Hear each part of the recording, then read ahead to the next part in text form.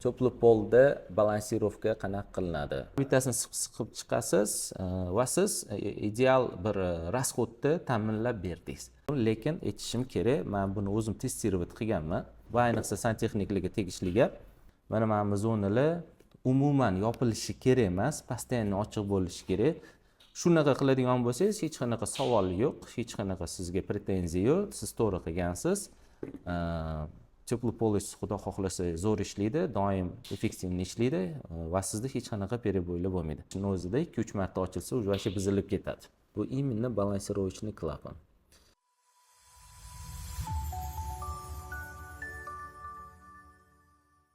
Savol shu tariqada yo'nalibdi.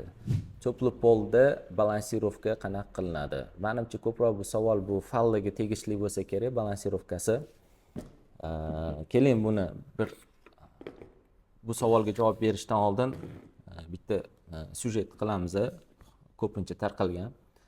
6 talik kollektor, 6 talik kollektor, 6 ta cho'pli pol shlankalari, o'sha trubalari hammasi tashalgan, har xil metrajda tashalgan. Masalan, aytaylik, bu yerda 60, 65, 50, 20, 50, 30 metr. Ko'rib turibsiz, 20 metr bilan 60 metrni o'ziga yarasha расходi juda ham har xil bo'ladi. Chunki 60 metrga biza ko'proq расход, ko'proq sirkulyatsiyani ta'minlab berishimiz kerak. 20 metrga esa unaqa ko'p sirkulyatsiya, unaqa ko'p расходni biza aslida перебор qilishimiz kerak emas. Shuning uchun bizada ko'pincha расходомерli kollektorlar hozir modniy bo'lgan. Расходомерli kollektorlarda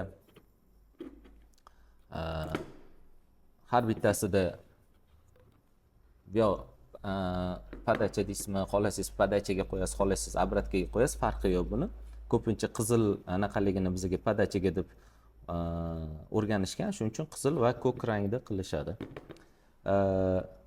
Расход sirkulyatsiyonist yoqildi va siz расходомерli kollektoringizda уже определенный klapanni siqishingiz orqali bu yerda poplovka bor.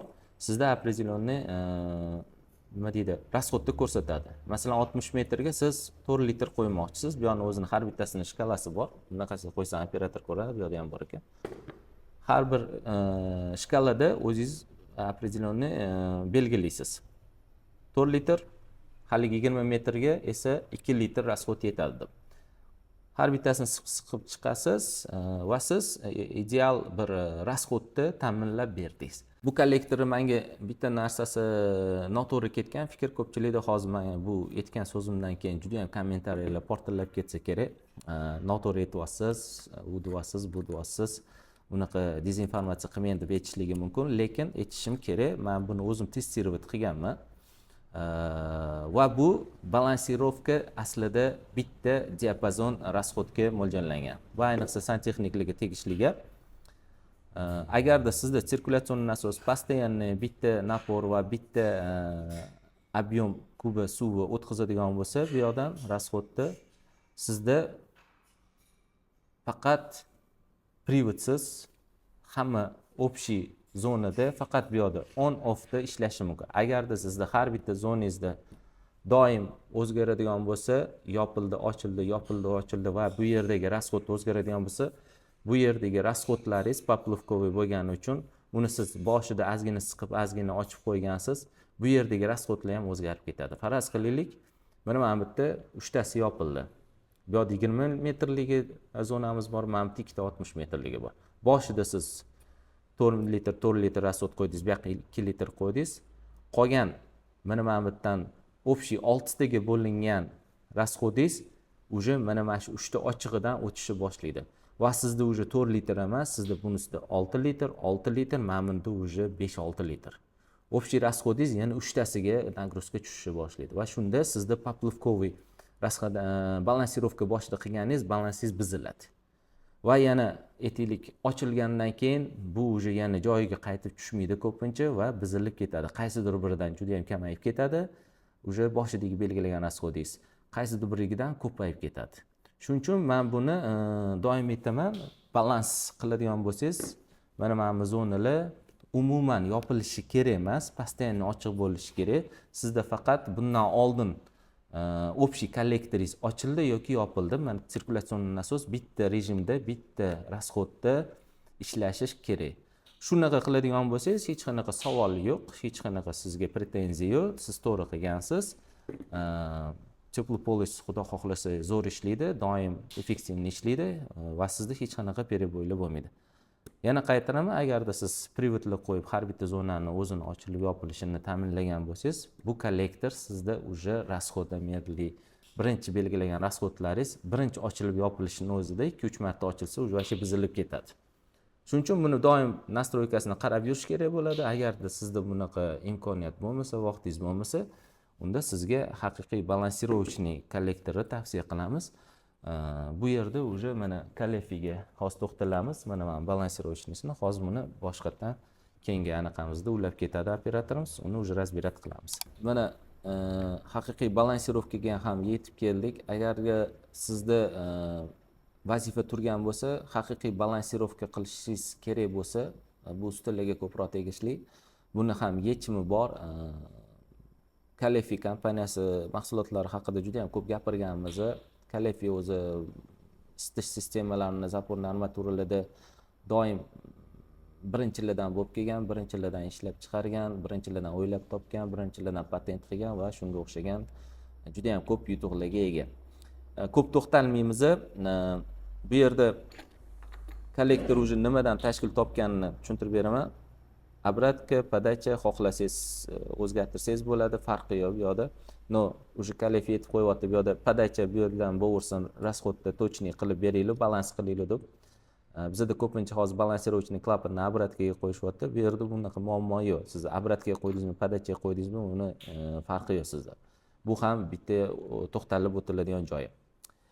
Ikkinchisi уже воздух сбросниклari bor avtomatik. Bundan tashqari mana bunaqa bypassni klapani bor. Bu oddiy klapan emas. Bu yerda operatorimiz keyin yaqinlashtirib ko'ramiz. Yaqinroqdan ko'rsatib berishimiz kerak. Bu yoq podacha bo'lgandan keyin faraz qilaylik 5 tasi yopilib qoldi, hamma fayllar. Bizda sirkulyatsionniy nasos baribir qanaqadir minimumga tushish kerak. Chistotli nasoslar o'zini minimumga tushganda ham baribir qanaqadir определенный расход o'tib ketish kerak. Bu yerda Mayevskiy imzolanadi, Mayevskiy bu yoqqa kiyig'iziladi. Bunisi esa уже обратkaga o'tib ketadigan bypass sistemasi deyiladi, bypass. Bypassimiz ham mana bu обратный klapan, buni ham o'ziga yarasha usiliyasi bor.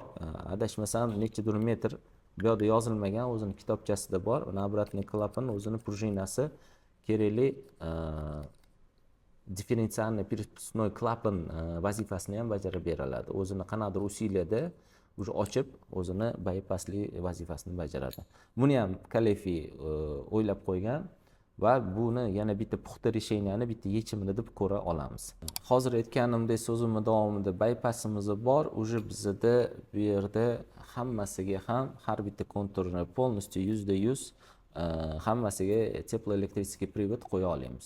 Hammasi yopilib qolsa ham bizda уже bypassimiz ishlaydi, как differensialniy перепускной клапандagi. Yana uchinchi tarafini ko'rib chiqamiz, farqini balansirovочный kollektor bilan oddiy расходомерli kollektorni. Yana qo'shimcha, yana plus tarafini aytib ketishim kerak. Nержавейка latundan bo'ladi, nержавейка versiya bo'ladimi? Hamma расходомерli kollektorlarimiz 4 va 5 litr расходga ega. Har bitta klapan o'zini 4-5 litr atrofida siz расходini ko'ra olasiz. Kalefida esa operatorimiz yaqinlashtirib bersangiz, bu yerda уже yaqinroq olayotgan bo'lsangiz, mana 0 dan 10 litrgacha shkalasi bor va siz уже bu yerda расходni уже ko'ra olmaysiz, faqatgina расходni o'zingiz belgilay olasiz.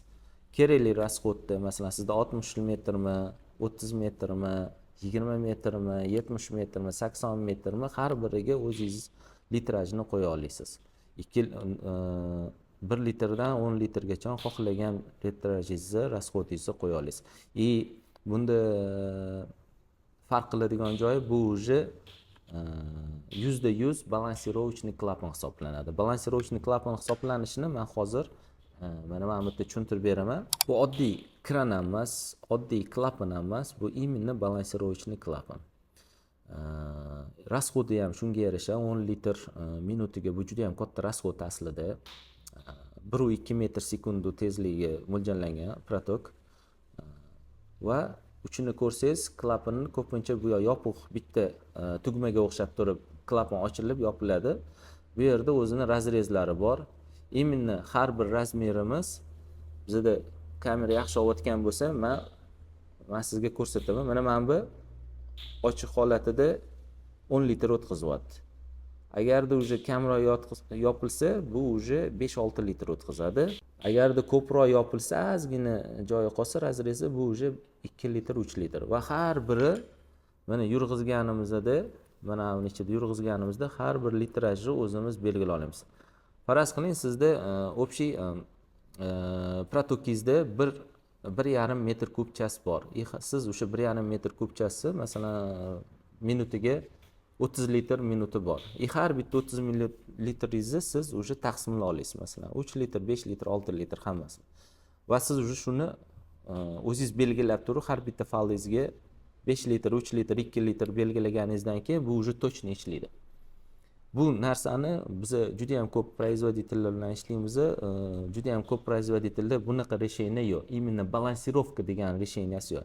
A Kalefida уже sizda mana shunaqa yechim kerak bo'lsa, Kalefida уже shu yechim tayyor.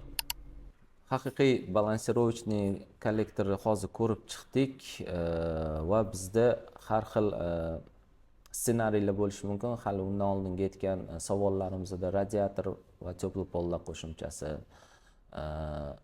nafaqat komnatni termostat orqali, undan tashqari ko'chadagi klimatni o'zgarishiga qarab turib bizda определенный temperaturani o'zgarishi. Shunga o'xshagan har xil ssenariylarga Kalefini o'zini yechimlari bor. Mahsulotlarni shuning uchun biz Kalefini juda ham yaxshi ko'ramiz va hurmat qilamiz.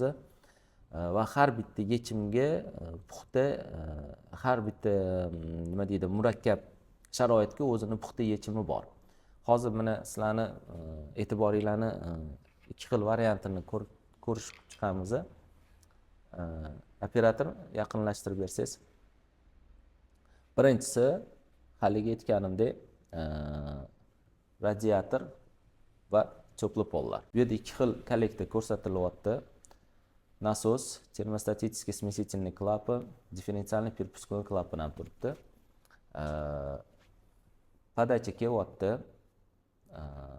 Podacha kelyapti, o'ziga yarasha radiatorlarga tarqab ketyapti. Undan tashqari teplopolimiz turibdi, смесительный gruppamiz. Teplopolimizga kerakli temperaturani o'zi nasos orqali всасывать qilib beradi.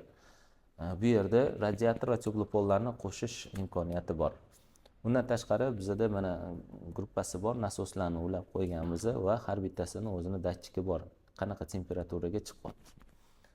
Kalefi buni ham yechimini bergan. Agarda sizda ko'proq xohlasangiz, mana mamasiga qarating operator. Murakkabroq, полностью menga ko'chadagi klimatni o'zgarib ketishiga qarab, pasayishi balandligiga qarab turib, menda bu yerda doimiy bitta optimalniy temperatura bo'lishi kerak deb siz shunaqa shart qo'yadigan bo'lsangiz, bu yerda ham Kalefi o'zini yechimini bergan.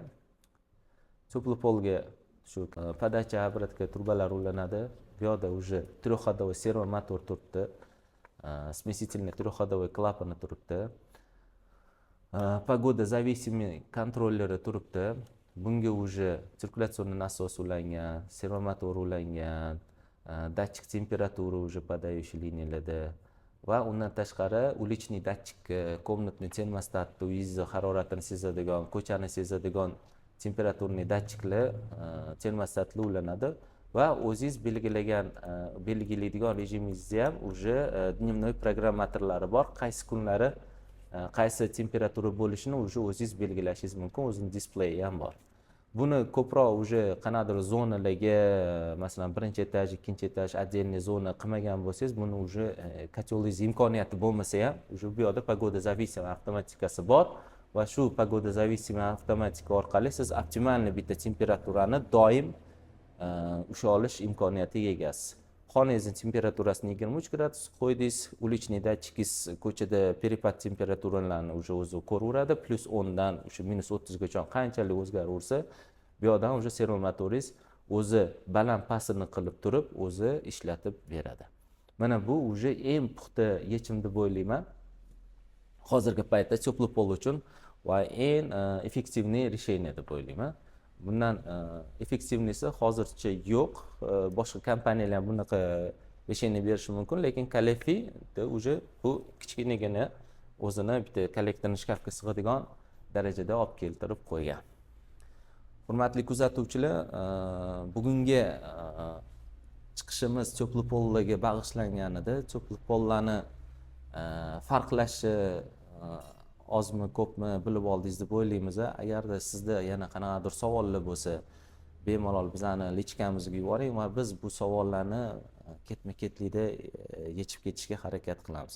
Agarda sizga qanaqadir teplый pollarga oid yana ko'proq masalalar bo'lsa, bizani do'konlarimizga, showroomimizga kelishingiz mumkin. Bizani o'zimizning mutaxassislarimiz sizlarga ko'proq yondashgan holda ko'proq informatsiyani, sizlar bergan savollarni, sizlarni qiziqtirgan savollarni yechib berishga harakat qiladi. Bizani kuzatib boring. Xudo xohlasa manfaatli bo'ldi deb o'ylayman. Nafaqat uy egalariga va santexniklarga ham ozgina bo'lsa ham manfaatli axborot yetkazishga harakat qildik. Agarda qanaqadir savollar qolib ketgan bo'lsa, bemalol yuboringlar. Xudo xohlasa javob beramiz. Sog' bo'ling, salomat bo'ling.